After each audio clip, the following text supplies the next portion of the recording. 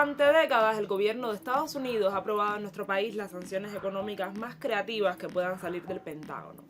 Y aún más creativos han sido los métodos para camuflar lo innegable. Lo innegable es que mi generación ha sido una de las tantas que nació bajo asedio y no ha podido comprobar cuál sería el potencial de esta isla sin bloqueo. Cambiarle el nombre o ignorar la situación no disminuye los daños que Cuba ha denunciado y tendremos que seguir denunciando porque la única arma que tenemos contra la injusticia es nuestra voz y la verdad. En nuestro pase de lista de hoy estaremos viendo algunos de los lodos que traen aquellos polvos y otras cositas que nos hemos encontrado en las redes estos días. Así que no se mueva de la silla porque esto es Con Filo. Un espacio para mostrar con todos sus matices las noticias, los hechos, las matrices de opinión que circulan en los medios y en las redes sobre la realidad cubana.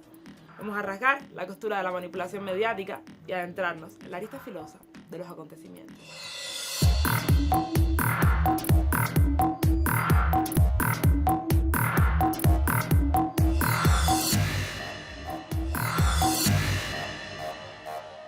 Para los vendedores de penurias en Miami, ni siquiera las sanciones comerciales son lo suficientemente dañinas y para poder mantener su discurso de falta de libertad, muchas veces se ven obligados a coartarla ellos mismos. De esta estrategia han salido unas cuantas víctimas que en algún punto pensaron que podían tomar decisiones libremente sin ser cuestionados hasta el acoso. El último fue el Micha con la entrevista polémica que pusimos la semana pasada y que revolvió las redes, como sucede por allá, cada vez que un artista no va en sintonía con las voces verdaderamente cantantes. A pesar de que su actitud no pasó desapercibida, ha mantenido la posición que lleva un tiempo defendiendo y ha dado declaraciones interesantes. Yo nunca fui una persona que la gente pudieron estar así arriba de mí, machacándome ni pisoteándome. Y aquí me ocurrió que yo subía una foto contigo, negro que no sé qué, que soy comunista. Me subí una foto luchando con los cordones, no, que ese zapato debe ser de la revolución, que si, y entonces decía, wow. Esta gente a lo que me llame, entonces me llevaron hasta ahí, por eso una bajé. campaña. Por eso bajé por ahí para abajo y dije, oye, mira, mi hermano, yo quiero ya entrar a Cuba, ese es mi país. Si me meten preso, me metan preso, que hagan lo que le dé la gana. Más que lo que estoy pasando aquí no va a pasar, brother. Es verdad. Ahora es un negocio. Se dieron cuenta que era un negocio. Y de lo que hablan es de eso. ¿Por qué? Porque la gente lo que está es para escucharle eso. ¿Me entiendes? El cubano ha convertido esto en una jaula de oro. Que no se puede ir ahí, que no se puede esto. Entonces, ¿por qué? Porque tiene un poco de yogur y 2 panes. Y entonces te faltan miles de cosas. ¿Me entiendes? Porque tu país es tu país. Mantener a Cuba aislada para quejarse después de lo aislada que está Cuba es una idea demasiado macabra y redonda como para que se le ocurriera a alguno de los influencers que viven de ella. Por supuesto, esto fue pensado por gente que sí consigue votos y que saben que su poder ni siquiera depende de mantener contenta a una parte de la comunidad cubana en Estados Unidos, como a muchos les gusta creer. Depende de no permitir que crezca la hierba al margen del imperialismo, porque de eso se trata el imperialismo. Y nosotros no somos ni los únicos ni los más afectados de esa política. Un ejemplo es que a casi un año de este último genocidio al pueblo palestino, el conflicto se ha extendido finalmente hasta el Líbano, dejando casi 500 víctimas fatales. La comunidad internacional clama a Israel que detenga su ataque contra Líbano. En menos de 24 horas ha matado a 500 personas, 35 de ellas son niños.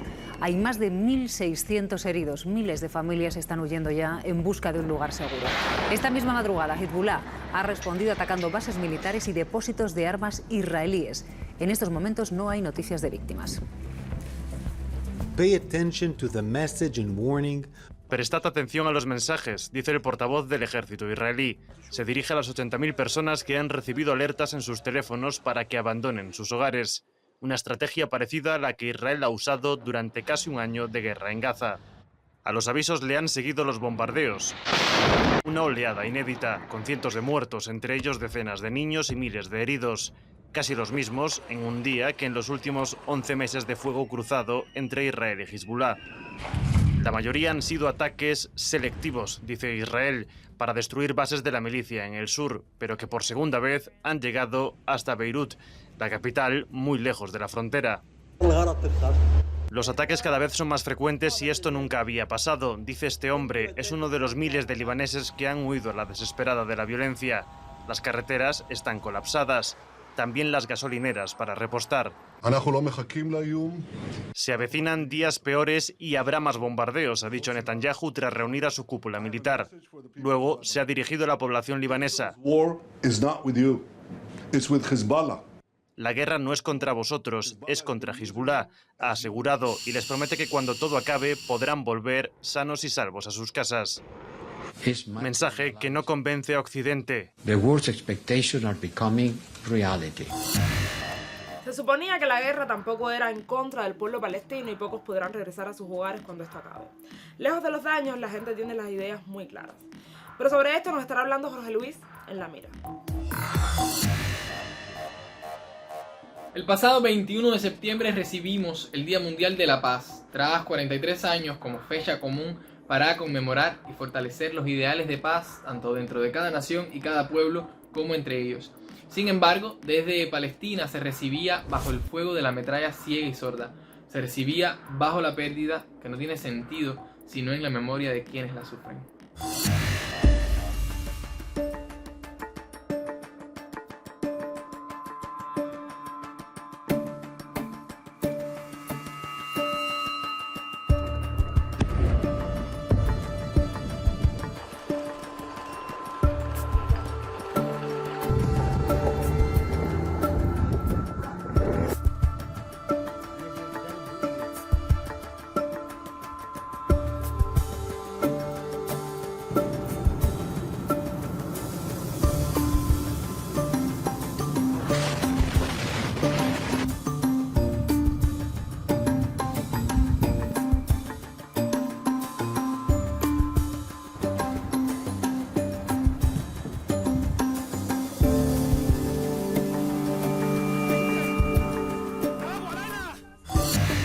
Al menos 41.455 personas han muerto y otras 95.878 han resultado heridas en la franja de Gaza desde que comenzó la escalada bélica israelí.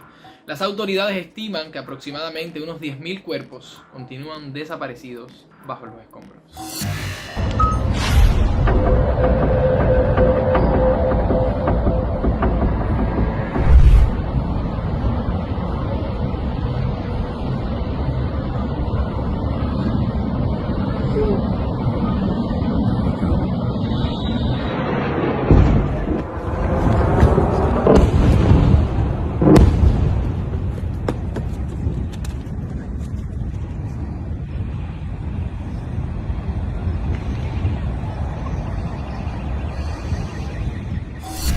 Largas semanas de cuerpos de niños tendidos o masacrados por las bombas y gritos desesperados de madres que marcaron las conciencias de la humanidad.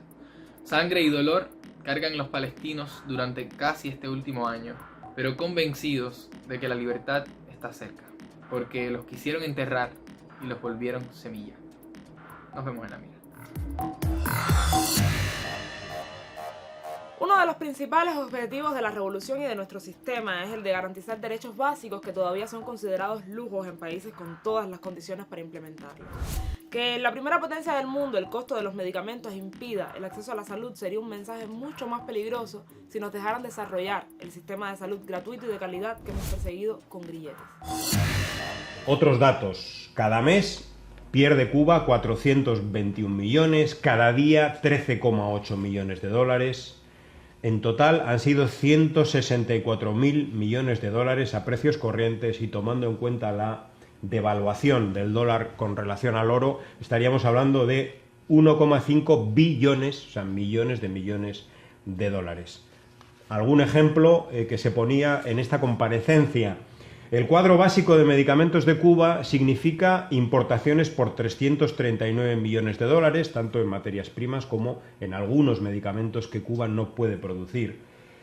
Solamente esta cantidad son las pérdidas de 25 días de bloqueo. 25 días sin bloqueo significaría que en Cuba no habría dificultades para atender enfermedades crónicas ni graves a causa de medicamentos, enfermedades como el cáncer, enfermedades cardio o cerebrovasculares. No habría dificultad para asegurar antibióticos de uso hospitalario o tratamientos de terapia intensiva. Bueno, estos son algunos ejemplos del impacto brutal de esta guerra económica que es, algunos le llaman embargo, otros le llaman bloqueo, y yo diría que la palabra correcta es asfixia o guerra económica, con todo lo que significa toda guerra. En toda guerra hay víctimas y hay víctimas mortales y hay mucha gente que muere precisamente por lo que hacen toda esta gente, no solamente el propio gobierno de Estados Unidos, su Departamento de Tesoro, su Departamento de Estado,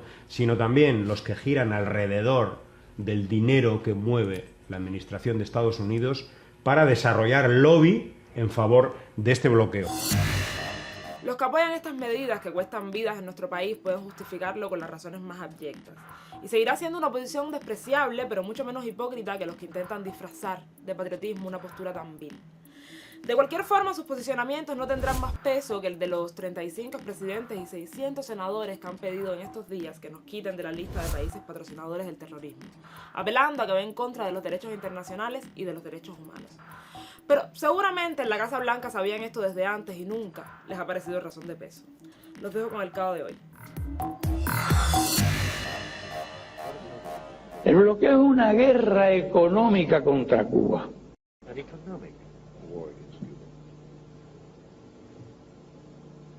Guerra económica. Es la persecución tenaz, constante de toda gestión económica de Cuba en cualquier parte del mundo. Estados Unidos trabaja activamente a través de sus canales diplomáticos, a través de sus embajadas, para presionar a cualquier país que quiera comerciar con Cuba.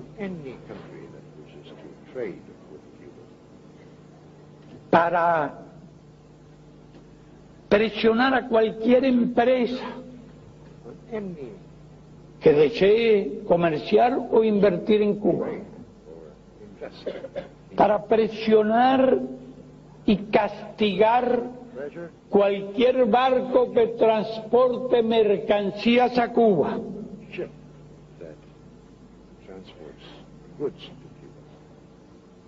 Es la guerra universal con ese inmenso poderío a su favor contra la economía de nuestro país, al extremo de realizar gestiones individuales, incluso con personas, con individuos que intentan desarrollar cualquier actividad económica en relación con nuestro país. Ellos le llaman eufemísticamente embargo. Nosotros le llamamos bloqueo. Y no es embargo ni bloqueo. Es guerra. Así terminamos esta emisión, no queda tiempo para más, pero volveremos dentro de poco a la pantalla. Síganos en nuestras redes sociales, que por ahí ultimamos esos detalles y a cada rato cada una directa. Lo que sí seguro es que tenemos cita para la próxima semana, así que mientras tanto, manténgase con filo. Chao.